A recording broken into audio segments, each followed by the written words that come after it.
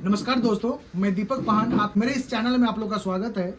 जैसे कि पिछले वीडियो में आप लोगों ने देखा, बिहार के जहानाबाद से महिलाएं आई हुई थी प्राकृतिक खेती, जैविक खेती सीखने के लिए। तो उसी तरह से ये भी जो है आए हुए हैं। आप लोग कहाँ से आए हुए हैं? कैमूर जिला से। कैमूर जिला कहाँ है? बिहार में है। तो देखिए, ये सब भी जो है बिहार के कैमूर जिला से जो है प्राकृतिक खेती, जैविक खेती सीखने के लिए आए हुए हैं। तो ये सभी को आज मैं घनजीवामृत के बारे में बताने वाला हूँ। घनजीवामृत जो है एक खाद है, जिसे हम लोग गोबर खाद प्रयोग करते हैं। उसी तरह से ये भी एक जो है ठोस खाद है ना, जो हम लोग जो है अपने खेतों में प्रयोग करते हैं, जिससे जो है हमारा फसल का उत्पादन बढ़ जाता है, मिट्टी का गुणवत्ता जो है अच्छा हो जाता है, मिट्टी का जल धारण क्षमता बढ़ जाता है, मिट्टी में जो है जो सूक्ष्म जीवाणु है उसका एक्टिविटी बढ़ जाता है। तो बात ये रहा कि घनजीवामृत है क्या, इसको कैसे बनाना है। तो बात करें कि ये जो घनजीवामृत है, इसको बनाने के लिए हम लोग जो है 100 किलो गोबर लेते हैं। और गोबर जो है एकदम ताज़ा नहीं होना चाहिए। वो गोबर जो है कुछ दिन पुराना होना चाहिए। मान के चलिए कि 1 सप्ताह का पुराना गोबर, एकदम ताज़ा गोबर नहीं। क्योंकि क्या होता है ना कि ताज़ा गोबर देंगे तो उसमें जब डिकम्पोज होता है, हल्का सड़ने का प्रक्रिया जब होता है, तो उसमें टेम्परेचर बढ़ जाता है, जिससे हमारे सूक्ष्म जीवाणु जो होता है उसमें मरने का चांस होता है। तो हम लोग जो है 100 किलो गोबर लेंगे और उसमें 1 किलो जो है गुड़ लेंगे और 2 किलो बेसन और 1 मुट्ठी उपजाऊ मिट्टी और थोड़ा सा गोमूत्र। थोड़ा सा गोमूत्र का मतलब हुआ कि यदि हमारा गोबर जो है सूखा हुआ है तो गोमूत्र जो है ज़्यादा लग सकता है। यदि हमारा गोबर गीला है तो गोमूत्र जो है कम लगेगा। क्योंकि गोमूत्र का काम है सभी मटेरियल को आपस में अच्छे से मिलाना, सानना। जैसे आप लोग आटा जो है सानते हैं तो देखे होंगे कि आटा सानने के लिए कितना पानी लगता है ज़रूरत के हिसाब से, है ना। तो उसी तरह से जो है इसका भी जस्ट वो काम है। तो उतने मात्रा में जो हम लेते हैं, तो देखिए ये जो घनजीवामृत है इसका हम जो है लड्डू बनाते हैं। तो लड्डू कैसे बनाएंगे? इस तरह का छायादार जगह में हम एक सुतरी का बोरा बिछाएंगे और उसमें जो है सभी सामग्री को, जो हम बताएं, सभी सामग्री को जो है आपस में मिलाना है। जैसे आटा गूंथते हैं, जितना अच्छा से जो है आटा गूंथिएगा उतना आटा का जो गोली होगा, गोलिया होता है ना, वो अच्छा तैयार होगा। उसको बेलने में भी जो है अच्छा से रोटी वो बनेगा, साथ ही वो अच्छा से फूलता भी है। तो इसी तरह से जो है सभी सामग्री को आटा की तरह गूंथना है। जब वो गूंथना पूरा हो जाएगा तो हम क्या करेंगे, उसको लड्डू की तरह बनाएंगे। जैसे आटा सानने के बाद क्या करते हैं, गोलियां बनाते हैं बेलने के लिए, उसी तरह से जो है छोटा बड़े अलग अलग साइज में लड्डू बनाते हैं। फिर उसे जो है क्या करते हैं, ऊपर से बोरा से ढक देते हैं, सुतरी का बोरा से। और जो हमारा जो है जो हाथ गंदा हो गया तो उसको यहाँ वहाँ धोना नहीं है, यहाँ वहाँ धोना नहीं। क्योंकि पानी का बहुत क्राइसिस है। गर्मी के दिन में जो है यहाँ पर भी हम लोग जो है पानी जो है टैंकर से मंगाते हैं, 2500 रुपये लेते हैं टैंकर का। तो पानी का जो है मिसयूज नहीं करना है। तो जो हम जो है धोते हैं तो यहाँ वहाँ नहीं धो के, जो हम सुतरी का बोरा ऊपर में ढके हुए हैं उसी में जो है हाथ को धोएंगे, जिससे हमारा हाथ भी साफ हो जाएगा और सुतरी बोरा के ऊपर में एक नमी भी बन जाएगा। क्योंकि सूक्ष्म जीवाणु जो होते हैं वो नमी जगह में रहना पसंद करते हैं, है ना। तो इसीलिए जो है हम वहीं पे धोएंगे और उस जगह में उसको जो है हम 2 दिन के लिए छोड़ देंगे। 2 दिन के लिए उस कंडीशन में छोड़ देंगे, जिससे क्या होगा कि जो सूक्ष्म जीवाणु है पूरी तरह से वो बनाया हुआ घनजीवामृत का लड्डू में फैल जाएंगे। 2 दिन के बाद जो है इसे हम प्रयोग कर सकते हैं। 2 दिन के बाद इसको प्रयोग कर सकते हैं और इसे हम 6 महीना तक प्रयोग कर सकते हैं। क्योंकि ये क्या होता है कि 6 महीने के बाद प्रयोग करेंगे तो क्या कि जो सूक्ष्म जीवाणु उसमें है सब मर जाएंगे। और 6 महीना से यदि हम लोग प्रयोग पहले करते हैं, जो सूक्ष्म जीवाणु है उसमें सोया हुआ रहता है, सोया हुआ रहेगा, इनएक्टिव रहेगा। जैसे हम उसको खेत में डालेंगे तो क्या होगा कि उसको जो चाहिए, जैसे नमी मिलेगा, हवा पानी सब मिल जाएगा, धूप मिलेगा, सब तरह का उसको जो जरूरत का चीज़ है सब मिल जाएगा। तो वहाँ पे वो एक्टिव हो जाएगा, फिर वहाँ पे अपना काम शुरू कर देगा। जब अपना काम शुरू करेगा तो सोचिए कि हमको फायदा दिखना शुरू हो जाएगा। तो ये जो घनजीवामृत है इसको हम जो है खेत का तैयारी करते समय भी प्रयोग कर सकते हैं, बीज का बुआई करते समय भी प्रयोग कर सकते हैं, पौधा लगाते समय भी प्रयोग कर सकते हैं, या फिर जब हम मिट्टी चढ़ाते हैं खेत में पौधे में तब भी हम प्रयोग कर सकते हैं। तो इसके लिए जो है 1 एकड़ जमीन के लिए 100 किलो घनजीवामृत लगता है और 100 किलो केचुआ खाद। यदि हम सोचिए कि मेरा जमीन जो है 1 एकड़ का है, 100 डिसमिल का, तो हम क्या करेंगे, 100 किलो घनजीवामृत लेंगे और 100 किलो केचुआ खाद। यदि मान के चले कि हमारा जो है केचुआ खाद नहीं है, हमारे पास नहीं है, या फिर हम खरीदने गए वहाँ नहीं मिला, या फिर मिला भी तो बहुत महंगा था, तो यदि हमारे पास जो अच्छा से सड़कर तैयार गोबर खाद है, तो 100 किलो केचुआ खाद की जगह में 100 किलो अच्छे से सड़कर तैयार गोबर खाद को लेंगे और दोनों को आपस में मिक्स करेंगे। तो घंजवामित का जो लड्डू था उसको उसके लिए फोड़ना पड़ेगा।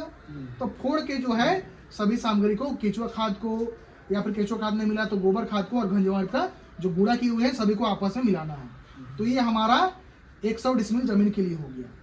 तो सोचिए कि हमारा यदि जो है 1 डिसमिल जमीन है तो कितना लगेगा।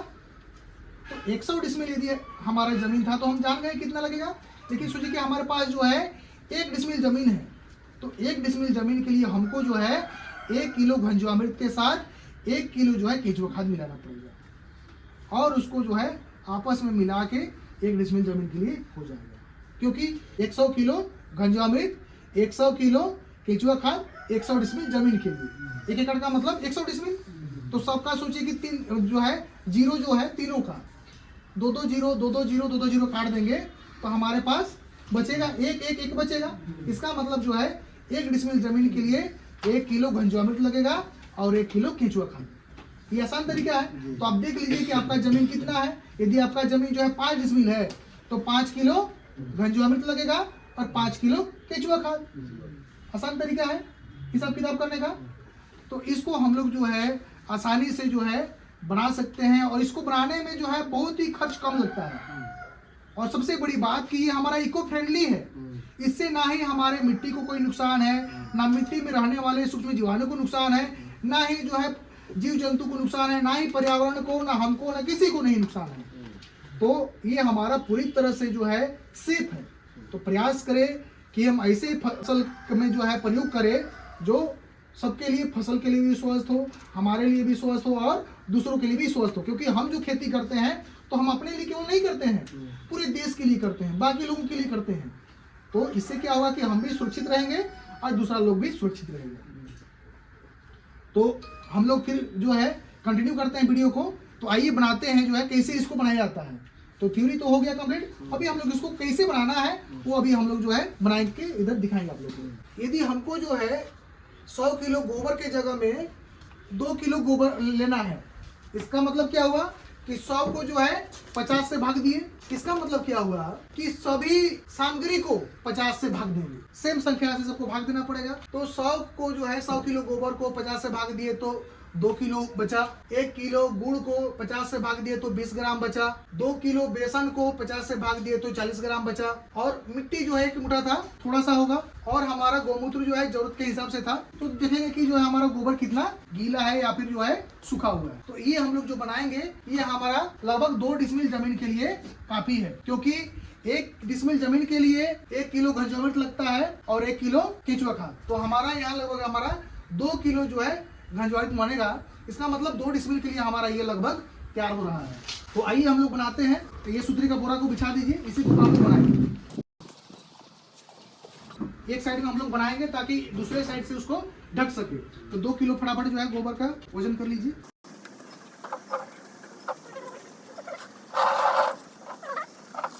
दो किलो गोबर हो गया। अब इसमें कितना देंगे गुड़? 20 ग्राम। 20 ग्राम उसमें गुड़ दे दीजिए। ये हमारा गुड़ हो गया 20 ग्राम। अब इसमें बेसन देंगे हम लोग 40 ग्राम। 40 ग्राम हमारा जो है बेसन हो गया। अब मिट्टी देंगे थोड़ा सा। अब इसमें हम लोग जो है जरूरत के हिसाब से गौमूत्र देंगे। ये ढक्कन से दे दीजिए जो मिक्स करने में आसानी हो। अब जो है सभी सामग्री को जो है एक साथ अच्छे से मिक्स करेंगे, ताकि ऐसा नहीं कि गुड़ हमारा जो है एक कोना में रह गया या फिर बेसन जो है दूसरे कोना में ही रह गया। सभी सामग्री को अच्छे से मिक्स करेंगे ताकि जो है सूक्ष्म जीवाणु को सभी जो है, देखिए हमारे इसमें जो है जो यूज कर रहे हैं गुड़ वो होता है सोर्स ऑफ कार्बोहाइड्रेट, मतलब एनर्जी के लिए। और हमारा जो यूज कर रहे हैं बेसन, ये हो गया प्रोटीन के लिए। क्योंकि जो बेसन होता है वो होता है सोर्स ऑफ प्रोटीन। प्रोटीन का मतलब बॉडी बिल्डिंग एक्टिविटी। तो जो सूक्ष्म जीवाणु को बहुत ही जरूरी है। जैसे हम लोग भी जो है कार्बोहाइड्रेट के लिए भात खाते हैं और प्रोटीन के लिए अंडा खाते हैं, दाल पीते हैं। तो हमारे लिए भी चाहिए और वो भी उसके लिए भी चाहिए। मतलब जितने भी प्राणी हैं, जीवाणु है, सबको जो है प्रोटीन और कार्बोहाइड्रेट एकदम मस्ट है। अभी सभी सामग्री को आपस में मिक्स कर देंगे। हो गया।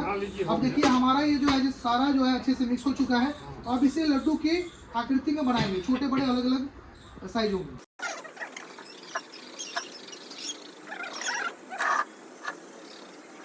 ये जो हमारा घनजीवामृत है ये केचुआ खाद से भी अच्छा है और गोबर खाद से भी अच्छा है, क्योंकि अगर मान लीजिए कि गोबर खाद है उसमें क्या होता है, उसमें केवल गोबर होता है, लेकिन इसमें देखिए गोबर तो है ही है, साथ में इसमें गुड़ है, बेसन है, उपजाऊ मिट्टी है जिसमें बहुत सारे सूक्ष्म जीवाणु है, साथ ही से गोमूत्र है।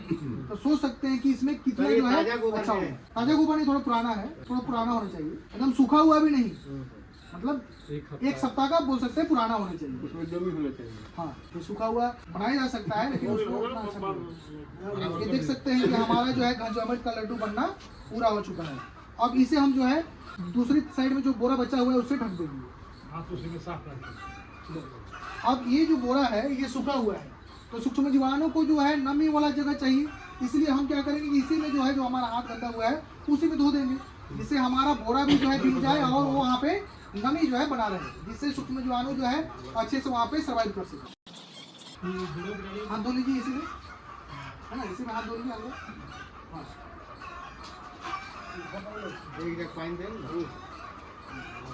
एक ही जगह में नहीं, हल्का चारों साइड में बस।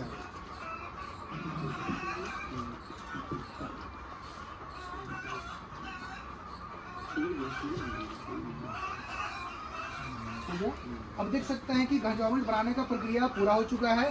अब इसे हम लोग जो है 2 दिन के बाद जो है प्रयोग कर सकते हैं। 2 दिन के बाद जो प्रयोग करना शुरू करेंगे तो इसे हम जो है 6 महीना तक प्रयोग कर सकते हैं। क्यों? क्योंकि इसमें जो सूक्ष्म जीवाणु है 6 महीना तक ही जो है जिंदा रहेगा। जिंदा मतलब सोया हुआ रहेगा, समाधि अवस्था में रहेगा, कोमा का अवस्था में रहेगा। जब इसे हम जो है खेतों में प्रयोग करेंगे तो वहाँ पे उसको जो चाहिए जरूरत का सभी जब सामग्री मिल जाएगा, सभी चीज़ें मिल जाएगा, तो वहाँ पे वो एक्टिव हो जाएगा, फिर अपना वो काम करना शुरू कर देगा। लेकिन हम इसे यदि 6 महीने के बाद प्रयोग करेंगे तो सोचिए कि उसमें जो सूक्ष्म जीवाणु है 6 महीने के बाद मर जाएगा। तो 6 महीने के बाद इसको प्रयोग करने से भी कोई फायदा नहीं होगा, मतलब फायदा होने का चांस बहुत ही कम रहेगा। तो प्रयास करें कि इसे जो है किसी भी हाल में 6 महीना के अंदर प्रयोग कर ले। 6 महीना तक इसको नमी बनाए रखेंगे कि सूख जाएगा तो कोई दिक्कत नहीं है, सूख जाएगा।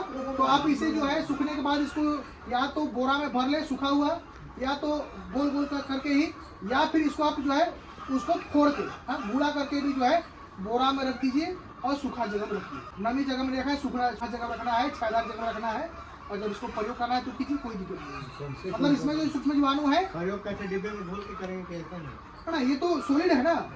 तो क्या करेंगे कि ऐसी खुला जगह में, मतलब कि हमारा 1 एकड़ जमीन है, 1 एकड़ का मतलब 100 डिसमिल, तो 100 डिसमिल जमीन है, तो 100 किलो केंचुआ खाद के साथ जो है 100 किलो हम जो है घनजीवामृत मिलाएंगे। ये तो दोनों तो सॉलिड है ना, तो आपस में मिलाएंगे चूर करके।